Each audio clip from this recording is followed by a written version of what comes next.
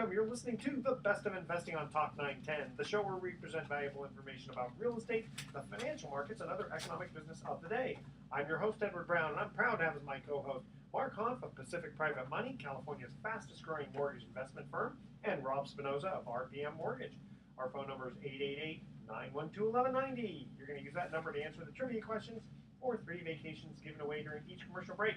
That's right, we're giving away 9 vacations during this show. And the vacations are not sponsored by the radio station, but by Lighthouse Resort and Marina, located 1 hour northeast of San Francisco, and the vacations are free. They only request a $75 cleaning fee to cover those housekeeping expenses. Their website is lighthouseresortandmarina.com. Check them out. You can also reach them at 916-777-5511. Today's trivia theme is child actors. Okay? Shirley Temple. Oh, okay, there. That was the answer to all three of them. Yeah.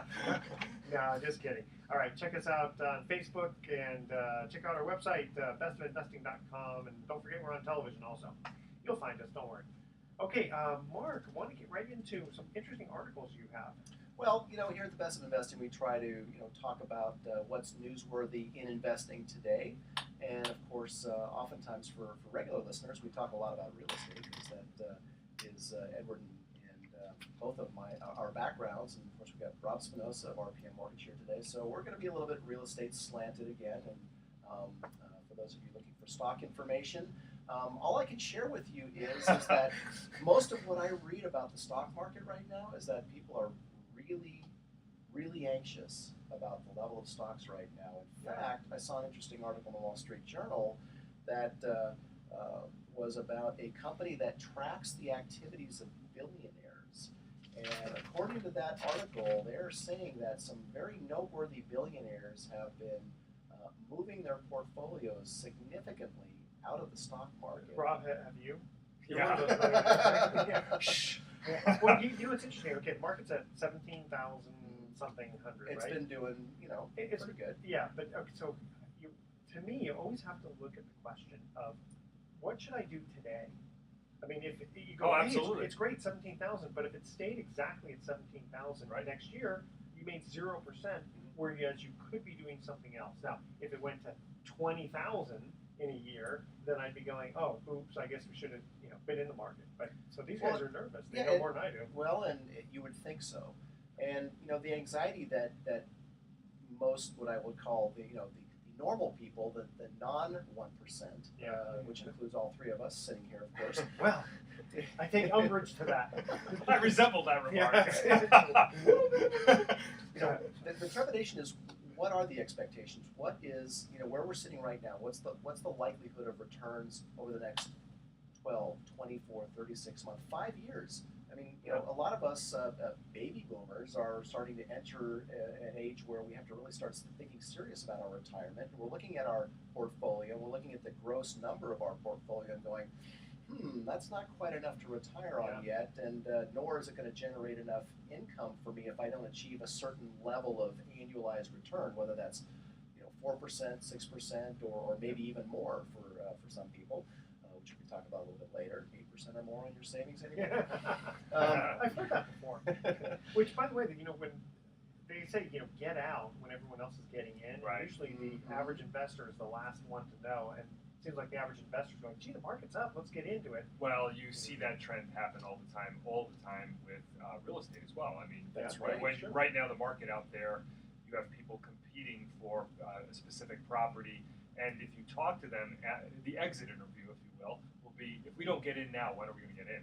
And when did we hear that last? I mean, we heard that just before people were saying, oh, my house will never return to the value that it was at one time. So you've got to take that mentality out of it. February 27th, 2006.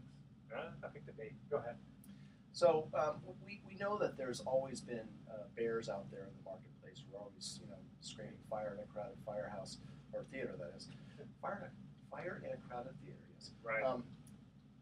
But it seems that some very reputable publications, including Forbes and Money and other places, are featuring articles from people who have been pretty smart and knowledgeable in the stock market. We're basically saying that expect the market to underperform in the coming years. Well, what's Buffett doing? There you go. Ability to make a market, right? That's Whatever he's doing, right. I'm going to do, right? Yeah. Well, but I mean, see, he's large enough to kind of control What major exactly part. affect the outcome by saying what he's going to do, or by people, recognizing. Yeah, but what there was a he's guy named Joe Granville in the '70s who this guy was Mr. Guru, and he was so good and got so popular that he ended up influencing the market, and it worked the opposite because you see before he could influence it, he could tell you, hey, psst, this one's Right. going to do well. Right. Suddenly, when he goes, psst, this is going to do well, and everyone starts doing it. It's like, Right. whoa, wait a minute, this is what Yeah. I'm used to. It's kind of like the Fed. I mean, you get an inverse reaction now with the Fed, where they start looking down the road and saying, okay, well, if they said that, then that might happen. Yeah. Yeah. So if you're reading what we're reading and you're wondering what we're wondering, which is, stock levels are pretty high, and yet it's not like corporate profits are just flying off the shelf here. What's the likelihood for growth? What's the likelihood that the market's going to be at 20,000 or 25,000, or is the market likely to underperform? So maybe we should look at real estate. So what's happening in real estate? And because I'm in that market, I can tell you there's a lot of anxiety and trepidation in the real estate That's market why I right like now. being the lender. Well, I do want to say That's something. the absolute value. I do want to say something about real estate, though, relative to the stock market, because this is a conversation I have with my clients frequently, and that is, you can't live in the stock market. You can live in real estate. You can live in your house. And so when you're looking at it like an investment, there is that, but you also have to recognize that it is where you're going to be living. Therefore, it is not primarily an investment.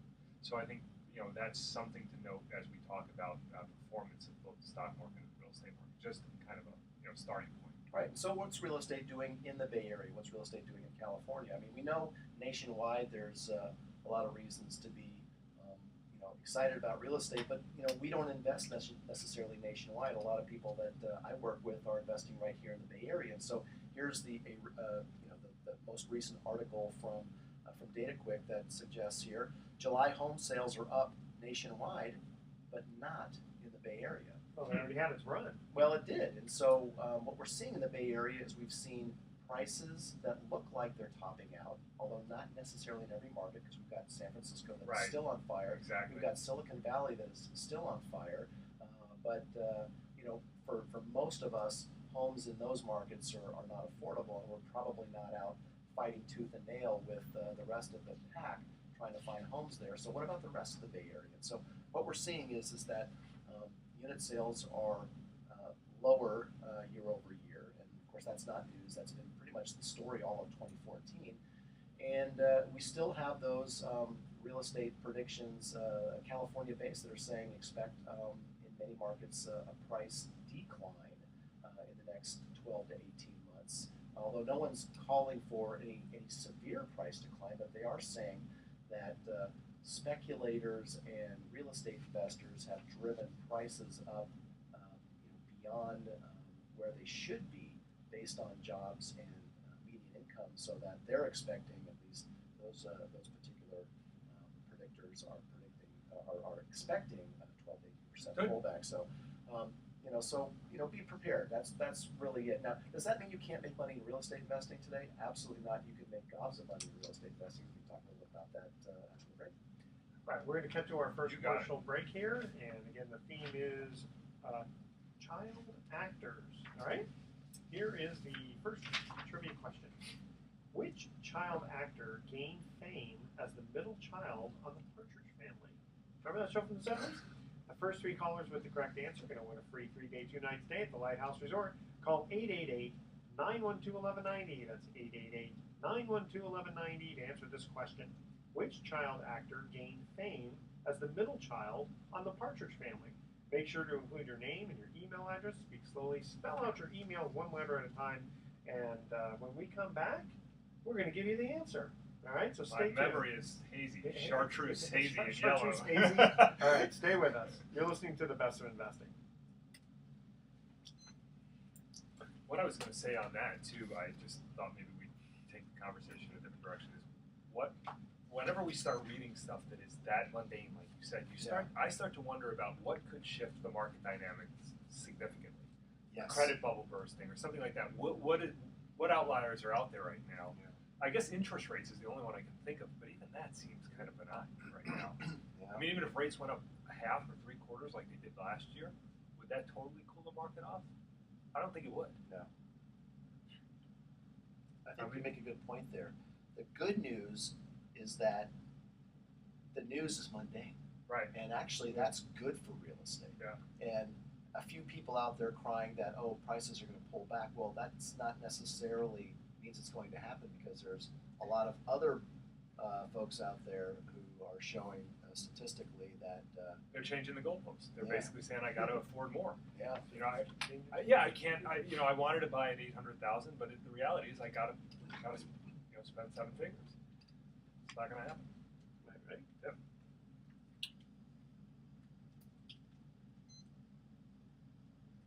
Welcome back to The Best of Investing. I'm Edward Brown, your host, along with Mark Hunt, president of Pacific Private Money, California's fastest growing mortgage investment firm, and Rob Spinoza of RPM Mortgage. You know, I say that you're the fastest growing, and that hasn't stopped. I mean, every month you keep growing and growing and growing. We're gonna do nearly, we're gonna do 50% higher in loan volume this year. We're gonna probably That's do great. 75 million after doing 50 million in That's 2013. amazing. That's incredible. Keep We'll get, coming. yeah, we'll get more into that. Okay, so here was the first trivia question that we asked. Again, the theme was child actors. Which child actor gained fame as the middle child in the Partridge Family? Don't know it. Danny Bonaducci. Danny Bonaducci, yes. And do you remember? I think he's still doing radio down in L.A. Oh yeah, that's Yeah, right. he got to be a little bit of a stud too. As I Did he have some remember. run-ins with the law as well? Oh yeah, Yeah, drugs, he did that. alcohol. Yeah. He did all the stuff that child actors. That's what, Then he beat up Donny Osmond in one of those. Oh, Poor Donny. Don't Yeah, rearrange that pretty face. Unfortunately, I think you A little bit could say country, a he's little done- bit rock and roll, but not a Yeah. fighter. Yeah, exactly. He's been on the D list for quite a while. Yeah, that's true. Tell you what, before we're all beginning to, you have a couple of interesting articles there too. Yeah. Quick thing, we're having another special trivia contest next week. The winner is going to get a 2-night stay at the Hyatt Regency Santa Clara. Now, here are the rules. No previous winners of prizes on the Best of Investing. You need to email edward@bestofinvesting.com the answer by midnight tonight. Next week, from among the winning answers, we're going to randomly choose the winner. From the correct answers, we'll do it, okay? Almost 1/3 of women said they have no problem doing this in public. What is it? Okay, now let me give you a little blurb here for our favorite Hyatt Regency Santa Clara.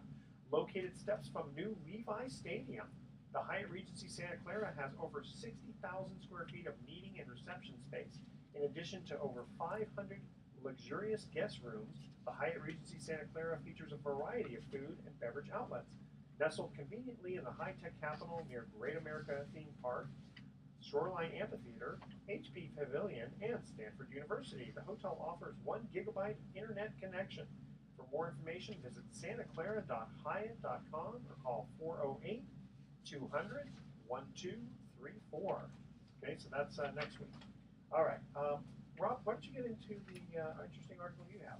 Well, we were talking a little bit in those stats that Mark was revealing earlier. One of the interesting ones, and one of the ones we not focus on, but we pay attention to in lending, is the amount of all cash transactions that happen. Because in the wake of the real estate downturn, obviously a lot of buyers turned to all cash in order to purchase. Lending guidelines were very tight. They didn't want to deal with the rigmarole of getting a loan.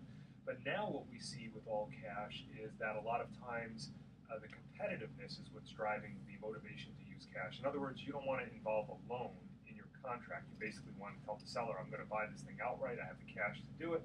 And then what happens once that's done? Well, the lending industry has accommodated that. We've seen a lot more of what we call delayed purchase financing. Yep. And that is where you're basically getting a cash out refinance to replenish the money you used to purchase the home.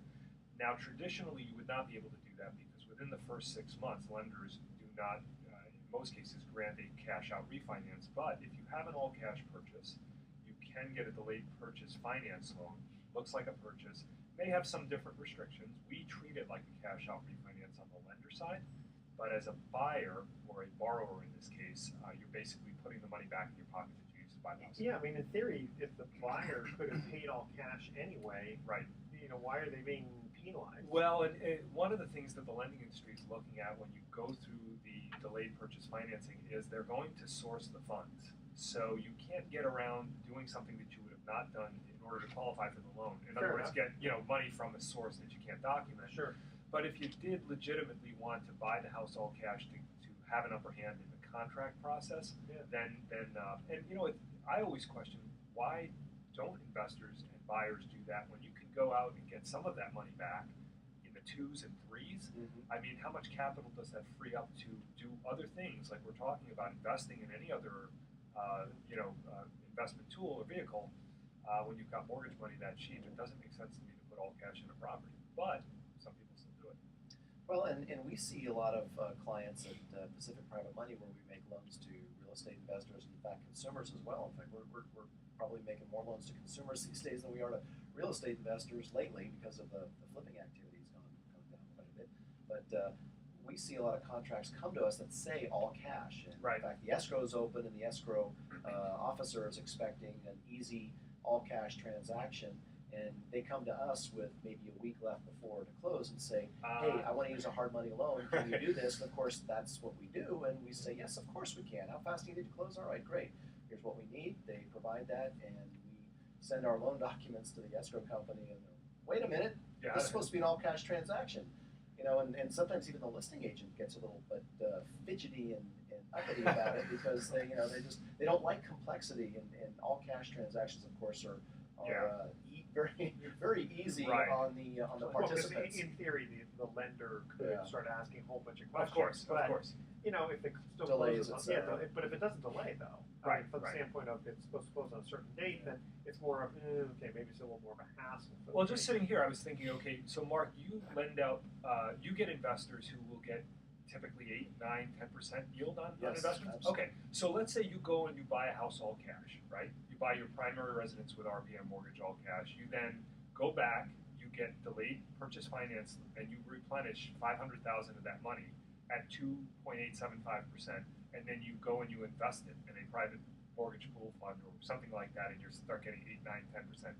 A lot of our investors It's actually do it's take called advantage. arbitrage. Yeah, a lot of our investors do take advantage of that. They Yeah, have but it's access to capital at 3%, and then they invest it in one of our notes Right. at 8, 9, or 10%. And it's a But great- it's actually not 2.875% because you're getting a tax benefit on that if it's your primary home. Well, yeah, but then you're paying taxes on Sure. the income, so you can apples and apples. So let's be fair about that.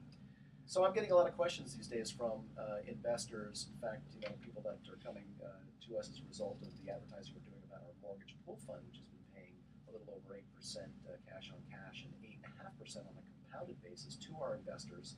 Our mortgage pool fund is a mutual fund of real estate secured loans, mostly here in Northern California. It's like a mutual fund, Like a mutual fund investment. So again, excellent investment in my opinion. In fact, it's grown quite a bit this year as people are continuing to be frustrated by the low yields they're seeing elsewhere. But the point I wanted to make is one of my investors came in yesterday to talk with me. He was thinking about investing more in the fund, but he wanted to ask me some questions first. And he was worried about the flipping activity going down. And in fact, I'm just looking at this article right here. It says foreclosure resales, which is how they track flipping activity. It's basically a home that was resold after being bought and less than foreclosed upon in the prior 12 months. Well, it was all of 3% of resales last month. And when you think that, compare that to the peak of 52% in February of 2009, 52% of home sales were flips. So in July of 2014, 3% of home sales were flipped. So flipping activity is down. Now again, that doesn't mean you can't make money finding, remodeling very nicely and turning a home for profit. You absolutely can. In fact, you can do that in any market if you know how to buy and you know how to remodel. Well, those guys are doing a whole bunch of seminars, flip this house and flipping Boston and all that. Right. They're still It just going around means the country. it just means the easy money has gone away, and really, and so what I was telling this gentleman was that, look, we're even though we're hard money lenders, we're conservative hard money lenders, and we don't lend to be. if someone looks like they're going to dig themselves into a hole, we're not in the business of selling shovels. So that's really we're looking for success. I knew Edward would like that one. I like that. I like that one. So yeah, so I mean that's the old adage in this business. If someone looks like they're digging themselves a hole, don't sell them the shovel. Well, even a flipper who really may not have the experience, they might be a newbie, maybe they took a bunch of real estate courses, maybe they watched some late night TV. We don't like making loans to those guys because we don't want to get them into trouble. We don't want to help them get themselves into trouble. And then all of a sudden they're going to lose their home because all of a sudden they're in a situation where they're upside down. And let me tell you, we're not going to short sale any of our loans. That's for sure. Well, what's interesting about that article too, and I noted this on there, it talked about the total amount of capital that was employed to buy real estate, and then it also talked about what people used, what they borrowed to buy that. And I took just the back of the napkin sort of thing, and I came up with a 60% or 59.42% LTV on all of the real estate purchased in the Bay Area, the 9-county Bay Area. So what does that tell you about what's going on here? Because this is the conversation I'll have frequently with real estate agents, where their buyers and their sellers try to prop up this resistance that, hey, this could be another bubble. Okay, prices are going up too far, too fast, all that kind of stuff. But when you look at this, what's fueling this, to me, seems very fundamentally strong. I mean, a 60% LTV across the Bay Area is indicating that you've got a lot of buyers going in with a lot of equity. And even if prices were to turn downward, you have a fairly reliable cushion of equity in those homes that would lead you to believe that those people aren't going to walk away and you're not going to see the same thing again. Let's call it a tapering, not a bubble bursting. I agree. All right, we're going to cut to our second commercial break. Before we do, San Jose Sharks hockey is coming to town. Don't miss your chance to experience NHL hockey when the Sharks battle the Canucks in preseason action on September 23rd, live at Stockton Arena. Get your tickets now at the Stockton Arena box office or at all Ticketmaster's outlets. Stockton is Sharks territory, and that's the preseason game. Okay, Lock your car, though. As Curly would say, the Canucks. Very good. Okay, when we come back from break, I want to ask Mark about a loan that looks like it's going to get paid off pretty soon, and the rate of return is a lot higher than what you thought it was, and then also find out your deal of the week. All right. And then we'll get a couple of interesting emails for our co-hosts here. So here's our second trivia question. Again, the theme is child actors. Child star Gary Coleman was known for which famous catchphrase? The first three callers with the correct answer win a free 3-day 2-night stay at the Lighthouse Resort. Call 888-912-1190. That's 888-912-1190 to answer this question. Child star Gary Coleman was known for which famous catchphrase? All right, don't touch that dial. The best of investing will be right back. I know he knows that one. Actually, I forget that one. No, come on. Okay, so we'll let Rob tell it on the air. Yeah.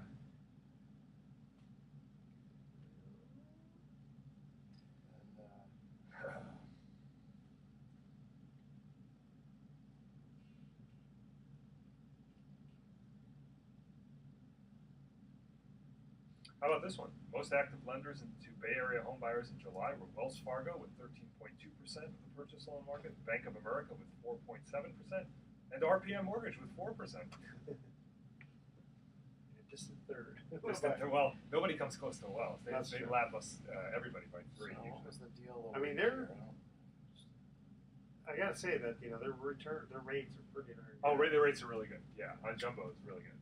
Yeah, we compete with them all the time on jumbo rates. It's just a matter of whether So you did the math on that one, right? The return. Yeah, so you figured it out. I didn't. Yeah. Well, it's 10.5%. 3 points. 3 points really means 12 if it gets paid off in 3 months. Wait, what was the loan size? Doesn't matter, right? We're just talking interest rates. What's the rate of return? 788,000. But Okay. But here's the loan: 10.5% and 3 points. Okay. Okay. So if it got paid in 1 year, it would be 13.5%. Okay. If it gets paid off in 3 months, that 3% really means 12 because you paid it up front, right? The 10.5 is still 10.5. Right. Okay. Doesn't matter. Yeah. But there was a prepayment penalty. There was 90 days, and I think they did 45. So it's 22.5% if there's no prepayment penalty. If it pays off in 3 months, you got to add probably another 6%. So you just took you took the points and you turned them into an interest rate, basically. Correct. But there's also the interest rate. Right. Since there's a prepayment penalty, there's an extra month and a half of interest that's going to get paid. Right. Yeah, I'd have to kind of take a super calculator for that, but that's okay. Well, you just go out to 365 days, right? Then you get an interest per day. You get the per diem interest on it. That's true. Yeah.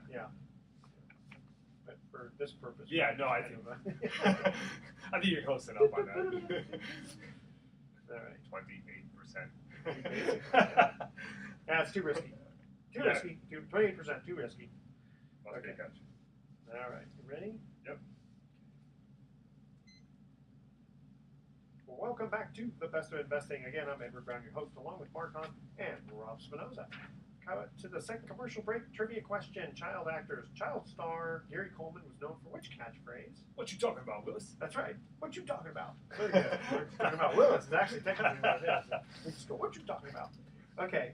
Now, Mark, when we gave the little teaser to the audience saying when we came back we were going to talk about some rate of return that because there was a prepayment penalty and points paid up front. Give us a scenario. What happened?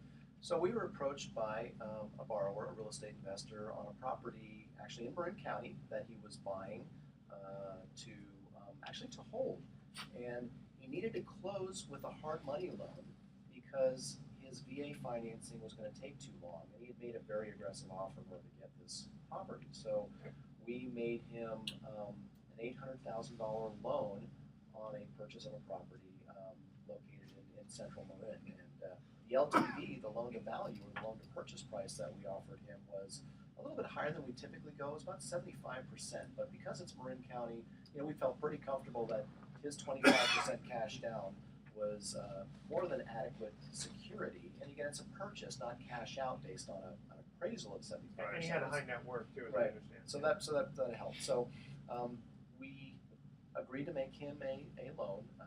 75% loan to purchase price, $800,000 total loan. We said this is going to be 3 points, and we will need a 90-day minimum interest guarantee. To which he said, "Fine, no problem. It'll take me probably that long to refi it."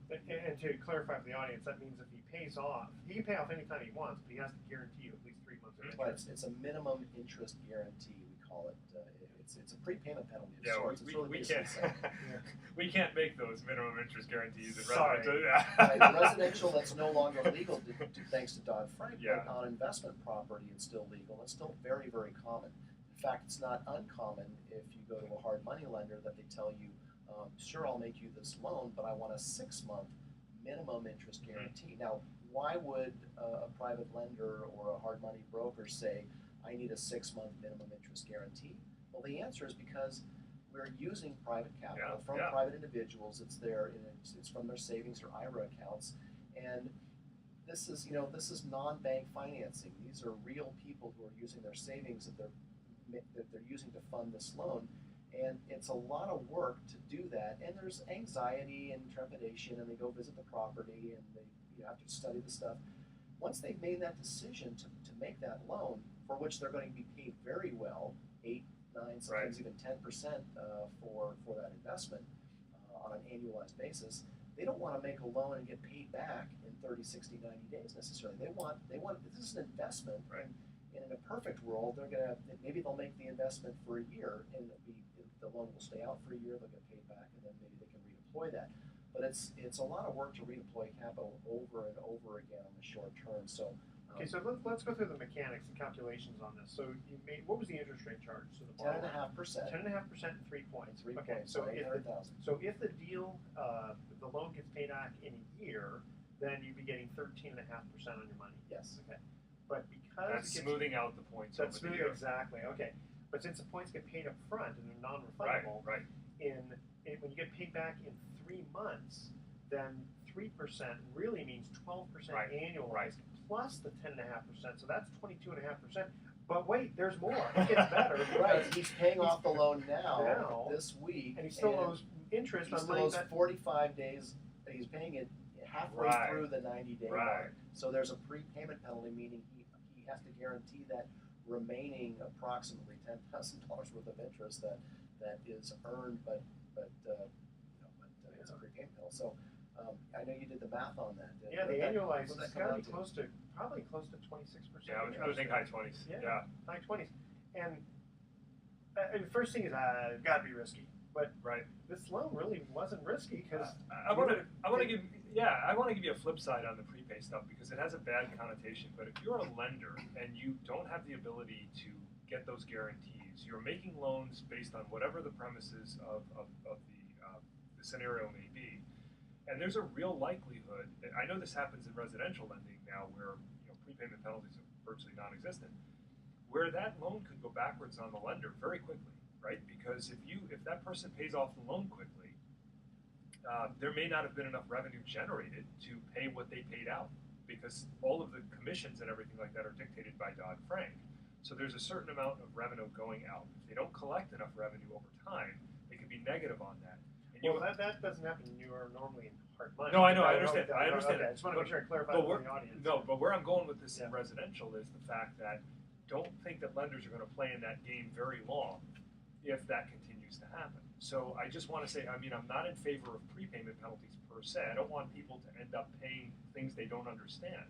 But I am saying that lenders are not in the business to not make money, and having your options available depends on them being able to do so in an efficient manner. So I see prepayment penalties playing that role in residential lending as well. Yeah. So let's go just for full disclosure. Let's go back through this. So Edward, you added the points to the whole mix and talked about really what the cost of the capital was to the borrower. It looks like he was paying basically an APR, so to speak, of 26%. But what did the investor get?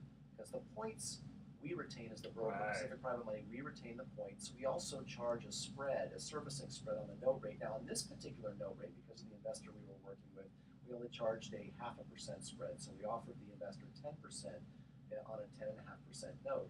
So since he essentially had the loan out for 45 days, not the full 90 days, that's half. So basically doubling it, he's making a 20%. Yeah, exactly. He being the investor, the investor who put up the $800,000 is earning a 20% annualized return on that money. But it gets better because they can put the money back out now. Well, that's right. So assuming that he can put the money back to work, assuming you're annualizing it, but it's really within that 45-day window. Over a 45-day period, he's earning a return on his $800,000 that's equal to a 20% annual rate, but that's not generally sustainable over time. I know we have an educated audience, but this to me is, just think of it this way: if you go and you sign a rental agreement and then you're not locked into a lease, that's basically what we're talking about. Yeah. Because if you so I have a commercial loan. And I know that when I signed it at the bank, in commercial, they almost always have some kind of prepayment penalty. In my case, it's a sophisticated credit default swap and defeasance and all that other fancy schmancy stuff. And basically, it's like if interest rates go down, I'm going to get stuck. Right. So if it goes up, then they say, sure, go ahead and pay it off. Yeah. I can actually make money. The way this one works is that if interest rates go up and I'm dumb enough to pay it off, I'll actually get a benefit. They'll actually reduce the principal that I owe. Get it. So, but it's complicated. So in case anybody's curious, what does the lender actually make for the use of his $800,000 for 45 days? That lender is earning $20,000.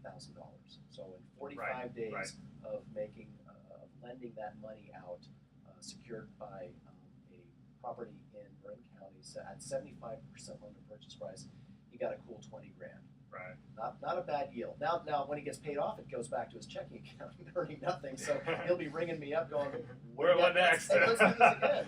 Exactly. That's a little bit unusual, and usually that's reserved for more sophisticated investors who are oftentimes work full time in the game of note investing and are rather aggressive sometimes with their capital. On the flip side of things, we have a less aggressive, more conservative lending program that we use where we fund loans from our mortgage pool fund, the Pacific Private Money Fund. So for those of you, sure, 20% sounds great. As I said, it's not sustainable. It's usually over a short period of time, and then they're back out looking for the next deal. I want them to guarantee it. Yeah, for those of you who are more passive and are just looking at Jimmy Carter would have. For people who think that 8% is a great opportunity a place to park your money for a couple of years and earn 8% on it. Of course, you can keep it in there longer, but we have a 2-year minimum investment guarantee. If you're an accredited investor, meaning you've got a net worth of at least $1 million, not including the equity in your home, and you've got idle capital, or you're looking to maybe redistribute your portfolio, and you're looking for some ways you can boost the yield overall in your portfolio, investing in a mortgage pool fund is a great way to do that. For more information on that, you can contact us at Pacific Private Money. We are at 415-883-2150. That's 415-883-2150. Or visit our website at pacificmoneyfund.com, and you can request more information. We'll send it to you via email and PDF, and we will not harass you. We attract people into our fund. We don't promote the heck out of it. We've got a great, stellar reputation. We can provide a laundry list of references. We're very, very happy with our fund performance. Well, I've got some of my IRA in there. Of course, I'm disappointed I didn't get 20%, but no, I got 8.5%, so I'm not complaining at all. I've got a big smile on my face. Okay, we're going to cut to our third and final commercial break. When we come back, we got a couple of very interesting emails from our listeners that, excuse me, we want to have our co-hosts answer. Okay. So, again, the theme is child actors. Christina Applegate made her breakthrough on what popular sitcom? The first three callers with the correct answer win a free 3-day, 2-night stay at the Lighthouse Resort. Call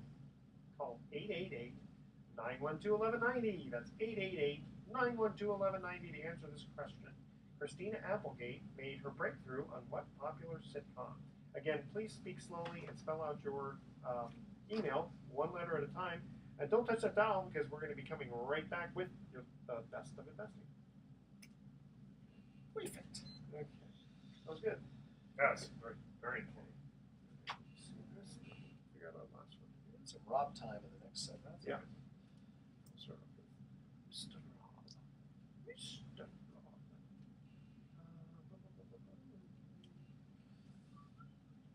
What was the guy doing with the VA loan in the first place? Was he making a down payment? Was he planning on doing that? Or was he doing 100% financing? Say that again. On the VA, was he going to do 100%? Or was he going to... Well, here's this. I didn't want to go into too much detail, but the real story is that his girlfriend bought the house in her name, and he's buying it from her. Okay. With VA financing at some, huge. Yeah, before that, though, his brother-in-law was supposed to give him all cash from his trust. And the trustee at the last minute put the kibosh on it, going, wait a minute, we're not giving your brother-in-law or your stepbrother 100% financing on that home. Right. Because he was going to get 100% financing on it. Yeah, so did they call it a non-arm's length, or is she legit? Or it's probably not. The bank doesn't know that it's not an arm's length. It is arm's length. It's boyfriend girlfriend. Yeah. There's no it's Tatiana and Joe. But there wasn't. Tatiana bought it. Now Joe's buying it from Tatiana, and the VA lender has no idea that Joe knows Tatiana. Okay, so there's no joint bank statement or anything. No. Yeah. Joe's now buying it, who's a vet, and so he's got VA financing. I don't know what percentage. What's the percentages typically? If you haven't used he hasn't used it. your certificate of eligibility, you can 100% finance. So I think that's what they're doing, and Yeah. it's an investment property. And in fact, you can't buy an investment property with a VA loan. It's got to be a private home. Yeah. So it's, I don't care. Exactly. Whatever. I'm happy.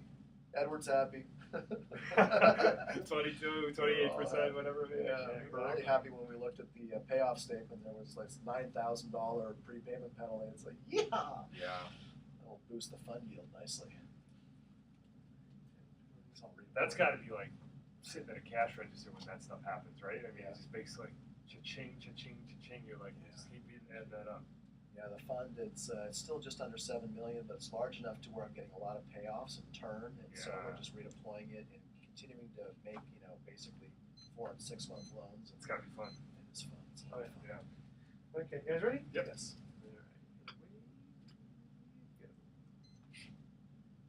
Well, welcome back to the best of investing. Again, last time I'm Edward Brown, your host. Last time for the show only. Mark Hunt and Rob Spinoza are my co-hosts. When we get to the third commercial break, we ask this trivia question again. The theme is child actors or actresses. Christina Applegate made her breakthrough on what popular sitcom? It's at the tip of my tongue. Married with Children. That's it. That's it? Yep. That's it. Come on, pumpkin. Remember you call her that? Okay. Rob, we got an email from a listener. It says, If I have refinanced in the past 2 years, is there any deterrent to refinancing again? What I mean is that if will the lender hold it against me that I refinanced fairly recently? Nope, not unless you've got a prepayment penalty on a pre-existing loan that you've got to be aware of and steer clear of. But in general, if there is a financial benefit to refinancing, even if it's a few months in the rearview mirror, you should be able to do it. Lenders don't like to see the turnover that fast. In the industry, we have something that's known as a recapture. So basically, if somebody goes out and they pay off a loan within usually the first 6 months, they come back and they take our any net revenue on the loan. So your commissions, all that kind of stuff go away. If you paid the lender, if you paid the closing costs for the borrower, that can be kind of a unwelcome surprise. But no, you're not generally prevented in any way from refinancing. What you do have to look at is the cost of doing so, because even if you do see a benefit to your interest rate, then you want to make sure that the costs that you're incurring on the refinance don't erode that for the time that you plan to be in the home. So if you're going to spend $2,000, $3,000, $4,000 to refinance the home, but you're going to be saving $20 a month, well, do the math on that. It's going to take you a while to pay it back. What I do tell people, though, one of the strategies that I think is very effective when you have, let's say, a 30-year fixed loan, you refinance it again in the short term. So let's say 9 months later, a year later, you can get 0.25% better. You refinance. What I encourage folks to do is to continue making the old payment. Because if you do that and you reinvest that principal, it's transparent to you. So you're still making the payment you have been making, but now you're going to cut the term of that loan down probably 3, 4, 5, 6 years. So it can end up working to your advantage in the long run, depending on your financial goals. Because when you refinance, if it's 1 or 2 years down, remember that a portion of your savings are coming from the fact that you're resetting the term.